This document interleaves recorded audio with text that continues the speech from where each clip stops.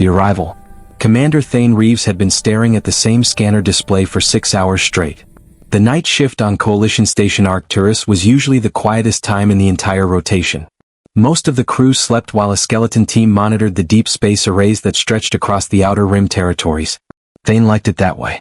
The silence gave him time to think, to read, and occasionally to doze off when nobody was watching. Tonight was supposed to be just another peaceful shift in a long series of peaceful shifts that defined life on a frontier monitoring station. That peaceful routine shattered at exactly 0300 hours when every alarm in the command center began screaming at once.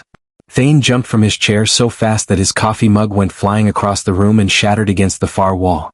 His heart pounded as he rushed to the main console where red warning lights flashed in patterns he had only seen during training drills. Sensor operator Lin Chen was already frantically typing commands into her terminal with trembling hands. Her face had gone pale despite her normally calm demeanor.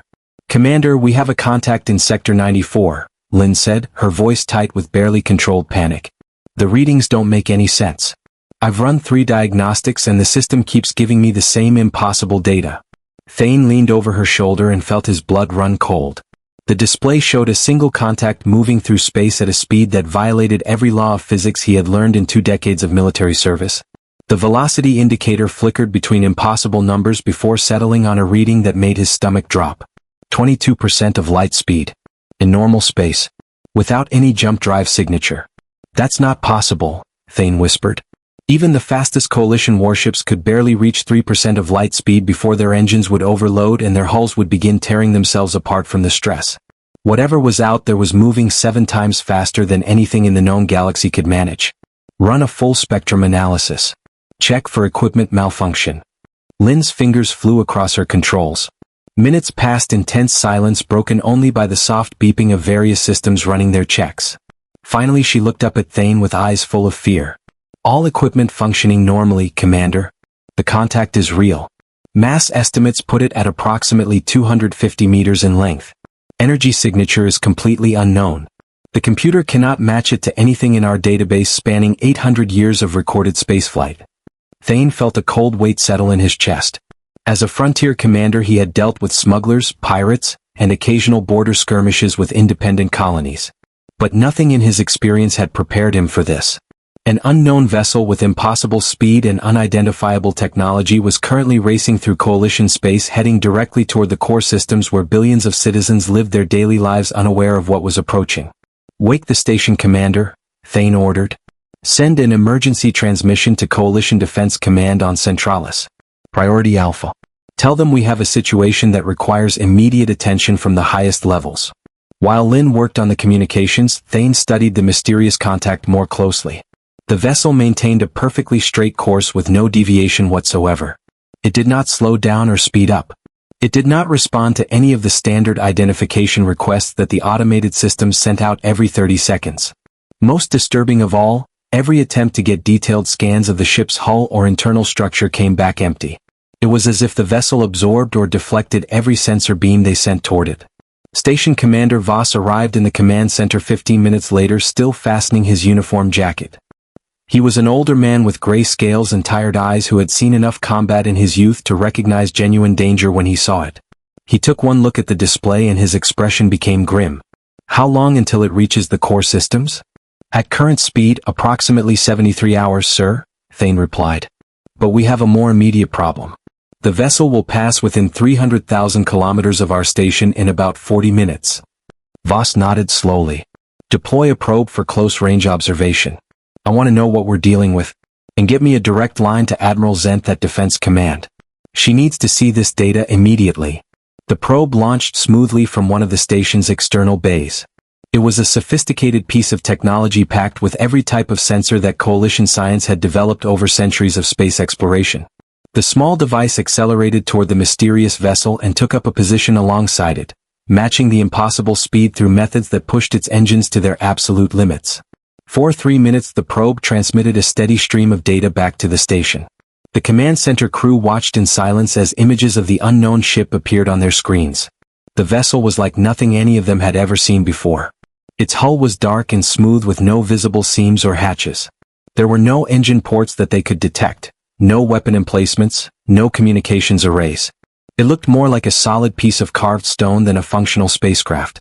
Yet somehow it moved through space faster than anything else in existence. Then without warning the probe's signal simply stopped. Not destroyed or damaged. Just gone. The telemetry showed no explosion, no energy discharge, no impact. One moment the probe was transmitting normally and the next moment it ceased to exist in any detectable form. What happened to it? Voss demanded. Unknown, sir, Lynn said quietly. It just vanished. Like it was never there at all.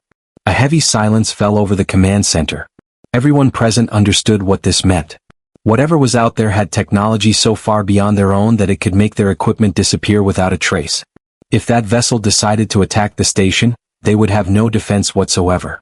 The direct communication link to Coalition Defense Command finally connected. Admiral Kira Zentha's image appeared on the main screen. She was a tall woman with sharp features and eyes that missed nothing. Her reputation as the Coalition's most brilliant military strategist was known throughout the galaxy. If anyone could figure out how to handle this situation, it would be her. Commander Voss, I've reviewed your initial report, Admiral Zenth said without preamble. This is the most significant security threat the Coalition has faced in 200 years. I'm ordering an immediate fleet deployment to intercept the unknown vessel. In the meantime, I need you to try establishing communication again. Use every frequency we have. If this is a first contact situation with a previously unknown species, we need to determine their intentions before taking military action. Voss saluted. Understood, Admiral. We'll do everything possible to open a dialogue. For the next hour, the station's communications team tried every method they could think of to reach the mysterious ship. They broadcast greetings in 47 different languages. They used mathematical sequences that any spacefaring civilization should recognize. They even tried ancient first contact protocols that had not been needed for generations. Nothing worked. The vessel maintained its silent course without any acknowledgement that it heard their messages. Then at exactly 0500 hours something changed. The unknown ship transmitted a brief burst of data that lasted less than 3 seconds. The communications team scrambled to decode it while everyone in the command center held their breath. When the translation appeared on their screens, the words sent a chill through every person present. Coalition Station Arcturus. This is the human vessel Perseverance. We are not hostile. We seek passage to your capital world for diplomatic purposes. We will not be stopped. We will not slow down. Make your preparations. The message ended as abruptly as it had begun. The vessel returned to radio silence and continued its impossible journey through Coalition space. Human. Voss said the word as if it were from a dead language. That's not possible. Humans have been extinct for 180 years. Coalition expansion fleets confirmed the destruction of their homeworld and all their colonies during the territorial wars. There are no humans left in the galaxy. But even as he spoke those words, Voss felt a cold certainty growing in his chest. The historical records were clear.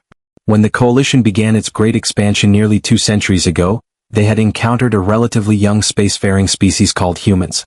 The humans occupied a small cluster of star systems that the Coalition wanted for strategic purposes. Negotiations had failed. The humans refused to surrender their worlds. So the Coalition military had done what it always did when faced with resistance. They had used overwhelming force to eliminate the problem. Old Earth, the human homeworld, had been bombarded from orbit until nothing remained but burning ruins. The human colonies had been systematically destroyed one by one. Within 5 years, the entire species had been wiped from existence. Or so everyone had believed. The Coalition had moved on to conquer other systems and other species. The humans became just another footnote in the long history of imperial expansion. Except now a ship claiming to be human was racing toward the Coalition capital at impossible speeds. A ship with technology that made their most advanced warships look like primitive toys. A ship that could not be scanned, could not be stopped, and apparently could not be destroyed. Thane looked at the display showing the vessel's projected course. His mind raced through the implications of what this meant. If humans had somehow survived their supposed extinction, if they had spent nearly 2 centuries developing weapons and ships in secret, if they were now returning to the galaxy that had tried to destroy them completely, then the Coalition was facing a threat unlike anything in its history. Sir, Lynn said softly, Admiral Zenth is ordering us to continue monitoring the vessel and report any changes immediately. The Third Armada is being deployed to the Kepler Strait. That's the only route from the outer rim to the core systems. They're going to try to stop it there. Voss nodded, but his expression remained troubled. Send all our data to the Armada. Every scan, every failed communication attempt, everything. They need to understand what they're up against. As the unknown vessel moved away from Station Arcturus and continued deeper into Coalition space, Thane could not shake the feeling that they were watching the beginning of something momentous. The humans were coming back. And judging by the technology they now possessed, they were coming back as equals or perhaps even as superiors. The comfortable superiority that the Coalition had enjoyed for centuries was about to be challenged by a species that everyone had dismissed as primitive and extinct. The mysterious ship called Perseverance vanished from their sensors as it moved beyond detection range. But everyone in that command center knew that this was just the beginning. Whatever the humans wanted, whatever they planned to do, the galaxy was about to change in ways that nobody could predict. And the Coalition, for the first time in its long imperial history, was about to discover what it felt like to face an opponent they could not intimidate, could not overpower, and could not ignore. The Reckoning. Fleet Commander Jorvok stood on the bridge of the Coalition battlecruiser Eternal Dominion and watched the swirling nebula clouds of the Kepler Strait fill his view screen. Around his flagship, 97 warships took their positions in a defensive formation that stretched across the entire passage. This was the Third Armada, the most powerful military force the Coalition had assembled in 50 years. Every ship bristled with weapons capable of reducing planets to ash. Their combined firepower could shatter moons and boil oceans. Yet Jorvok felt a gnawing uncertainty in his gut that no amount of military might could ease. The reports from Station Arcturus had been distributed to every captain in the fleet. Jorvok had read them 3 times, hoping to find some detail that would make sense of the impossible situation. A human vessel. Moving at 22% light speed. Completely immune to their scanning technology. The humans were supposed to be extinct. He had studied the historical records during his academy years. The destruction of old Earth and the human colonies was taught as a cautionary tale about what happened to species that refused to accept Coalition superiority. "All ships report ready status, Commander," said Tactical Officer Rin from her station. She was young for her position but had proven herself in several border conflicts. Her 4 eyes tracked multiple displays simultaneously as she coordinated the Armada's defensive posture. Weapons charged. Shields at maximum. Long-range sensors are active but we're getting interference from the nebula gases. Jorvok nodded. The Kepler Strait was the only practical route from the Outer Rim territories to the Coalition core systems. The surrounding space was filled with radiation fields and gravitational anomalies that made navigation extremely dangerous. Any ship trying to bypass this choke point would need to add weeks to their journey and risk destruction from natural hazards. If the humans wanted to reach the capital quickly, they had no choice but to come through here. And when they did, they would face the full might of Coalition military power. "Commander, we're receiving a transmission from Admiral Zenth," said Communications Officer Plex. "She's asking for a status update." The Admiral's stern face appeared on the secondary screen. Behind her, Jorvok could see the bustling activity of Coalition Defense Command headquarters. Dozens of officers worked frantically at their stations while situation displays showed the disposition of forces throughout Coalition space. This crisis had mobilized every military asset they possessed. "Commander Jorvok, what's your assessment?" Admiral Zenth asked without preamble. "We're in position, Admiral. The entire strait is covered. Nothing can pass through without engaging our forces. However, I must express concern about the unknown vessel's capabilities. If their defensive technology is as advanced as the reports suggest, our weapons may not be effective." Admiral Zentha's expression hardened. "Your orders are clear, Commander. Stop that ship. Use whatever force is necessary. The Coalition Council has authorized lethal engagement if the vessel refuses to halt and identify itself properly. We cannot allow an unknown military asset to penetrate our core systems regardless of what diplomatic claims they make." "Understood, Admiral. We'll do our duty." The transmission ended. Jorvok turned back to his crew and saw the same mixture of determination and fear on their faces that he felt in his own heart. They were professional soldiers trained for combat. But this was different from any battle they had prepared for. They were about to face an enemy that defied everything they understood about warfare and physics. "Contact!" Rin suddenly shouted. "Sensor reading at extreme range. Single vessel approaching from Vector 73 Mark IV. Speed confirmed at 22% light speed. It's the human ship, Commander." Jorvok felt his pulse quicken. "Time to intercept? 8 minutes at current velocity. Open all communication channels. Broadcast on every frequency we have available." Plex worked his controls and nodded. Jorvok took a deep breath and spoke clearly into the communications system. "Unknown vessel, this is Fleet Commander Jorvok of the Coalition Third Armada. You are approaching a restricted military zone. You must reduce speed immediately and submit to inspection. Failure to comply will be interpreted as a hostile act and will result in your destruction. This is your only warning. Silence. The seconds ticked by with agonizing slowness while the mysterious ship continued its relentless approach. Jorvok could see it now on the long-range visual scanners. The dark, smooth hull reflected almost no light, making it appear like a piece of empty space carved into the shape of a vessel. There were still no visible engines, no weapons ports, nothing that indicated how it achieved its impossible performance. Try again, Jorvok ordered. Plex repeated the warning message with increasing urgency. Still no response. The human vessel maintained its course and speed without any indication that it heard or cared about the massive fleet blocking its path. It was like watching an unstoppable force moving toward an immovable object. Something had to give. 5 minutes to contact, Rin reported. Commander, we need to make a decision. Jorvok knew she was right. He had his orders. The vessel had been warned and refused to respond. According to Coalition military protocol, he was authorized to open fire. Yet something made him hesitate. This was not some pirate ship or rebel faction. This was potentially the last remnant of an entire species that the Coalition had tried to exterminate. If he fired on them without exhausting every other option, he might be starting a war that the Coalition could not win. Prepare a warning shot, Jorvok commanded. Target the space directly ahead of the vessel. Maximum power. I want them to see what we're capable of. Yes, Commander. The Eternal Dominion's main plasma cannon began charging. The weapon drew power from the battlecruiser's primary reactor and focused it into a beam that could cut through solid rock like paper. At full power, a single shot could vaporize a small asteroid. Jorvok watched the charge indicator climb to 100%. Fire. A brilliant blue beam lanced through space directly in front of the approaching vessel. The energy discharge was so intense that it illuminated the entire nebula for a brief moment. Any normal ship would have immediately changed course or at least slowed down in response to such an obvious display of firepower. The human vessel did not even waver. It passed through the area where the plasma beam had been without any change in velocity or direction.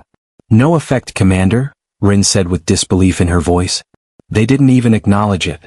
Jorvok felt sweat beading on his scaled skin. All ships, prepare to fire. Target the vessel directly. Coordinated barrage on my mark. 97 warships powered up their weapons simultaneously. The amount of energy being generated was enough to power an entire planetary civilization. Targeting solutions were calculated and locked. Every gun and missile launcher in the Armada focused on a single point in space where the human vessel would be in exactly 30 seconds. 3 minutes to contact. Rin counted down. 2 minutes. 1 minute. Fire. The space around the Kepler Strait exploded with light. Plasma beams, particle cannons, fusion missiles, and energy torpedoes all converged on the small dark ship. The combined firepower would have been enough to destroy an entire battle group. It should have been impossible for anything to survive such an onslaught. The explosion was so massive that it temporarily overloaded the sensors on every ship in the fleet. When the visual displays cleared, Jorvok's heart sank. The human vessel emerged from the dissipating energy cloud completely unharmed. Its dark hull showed no signs of damage, no scorch marks, not even a scratch. It was as if all that firepower had simply ceased to exist the moment it came in contact with the ship's hull. Impossible, Rin whispered. Nothing can withstand that kind of punishment.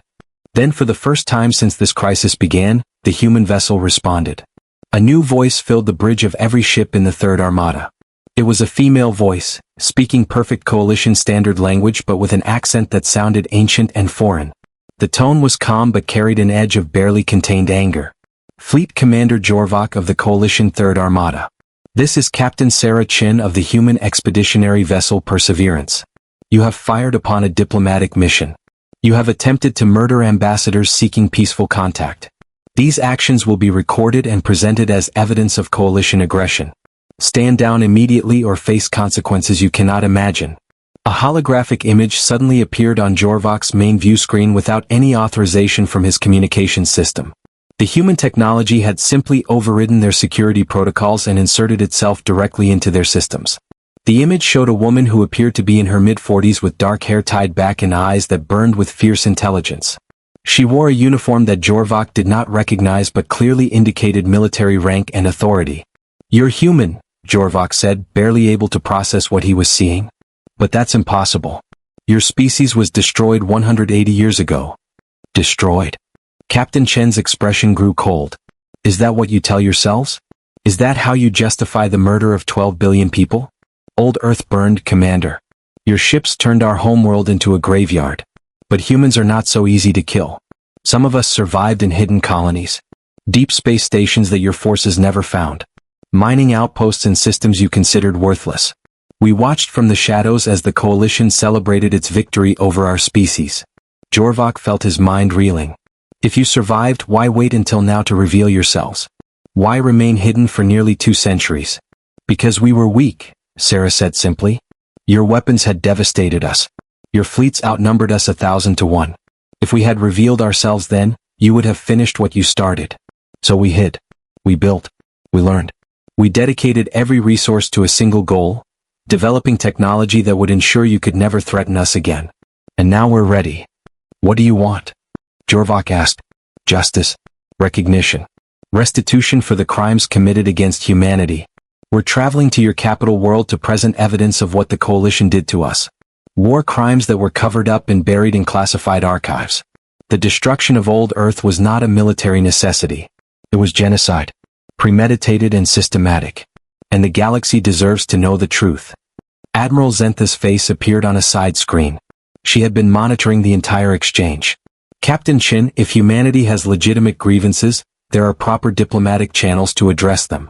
Forcing your way through our territory at impossible speeds while ignoring all attempts at communication is not the way to begin negotiations. Sarah's laugh was bitter. Diplomatic channels? Like the ones you used when you bombarded our world without warning? Like the negotiations where you demanded total surrender or total annihilation? Forgive me, Admiral, if I don't trust coalition diplomacy. Then what's to stop us from calling in every fleet we have and destroying your ship through sheer numbers? Admiral Zenth challenged. Go ahead and try, Sarah replied. But you should know that Perseverance is not our only ship. While you've been focused on us, 3 other vessels have already reached different coalition worlds. They're distributing the evidence of your crimes to every news network, every public database, and every independent system that will listen. Within hours, billions of beings across the galaxy will know what the coalition did to humanity. They'll ask questions about what happened to their own ancestors during your expansion. How many other species did you erase? How many civilizations did you destroy and bury in your classified files? Jorvok watched as Admiral Zentha's face went pale. The implications were staggering. The coalition's entire legitimacy rested on the myth of benevolent expansion and protection. If word spread that they had committed genocide against a species that refused to submit, it could destabilize their entire empire. Subject worlds might rebel. Allied species might withdraw their support. The carefully constructed image of coalition superiority and righteousness would crumble. You're trying to start a war, Admiral Zenth said quietly. No, Sarah corrected. We're trying to prevent one. If the coalition acknowledges what it did and faces real consequences, then maybe there's a chance for genuine peace. But if you continue to cover up the truth and pretend that your empire was built on anything other than conquest and murder, then eventually someone will rise up to challenge you. Better that it's us, offering a chance at reconciliation, than some other species seeking revenge. The human vessel began moving again, accelerating smoothly past the Third Armada as if the warships were not even there. No coalition ship attempted to stop it this time. What would be the point? Their weapons were useless. Their numbers meant nothing. For the first time in centuries, the coalition military was facing an opponent they simply could not defeat through force. Jorvok watched the Perseverance disappear into the distance, heading toward the capital world with its cargo of uncomfortable truths and its demand for justice. He thought about the history he had been taught, the glorious expansion of coalition civilization across the stars. How much of it was lies? How many extinct species were actually survivors hiding in the darkness, building weapons, waiting for their chance to return? Commander, Rin said softly. What do we do now? Jorvok had no answer. The galaxy had changed in the space of a few hours. Humanity had returned from extinction with technology that made them equals or perhaps even superiors. They carried evidence of crimes that the coalition had spent generations trying to forget. And most terrifying of all, they were offering the galaxy a choice. Face the truth and seek redemption, or continue down the path of imperial arrogance and eventually face destruction. As the Third Armada held its position in the Kepler Strait, the news was already spreading across coalition space. On 1,000 worlds, citizens learned that the humans had survived. In government chambers, officials scrambled to control the narrative and assess the damage. And somewhere in the hidden reaches of space, other survivors of other extinct species began to wonder if maybe their time for justice was also coming. The human vessel Perseverance continued its unstoppable journey toward the heart of coalition power, carrying with it the seeds of change that would reshape the entire galaxy.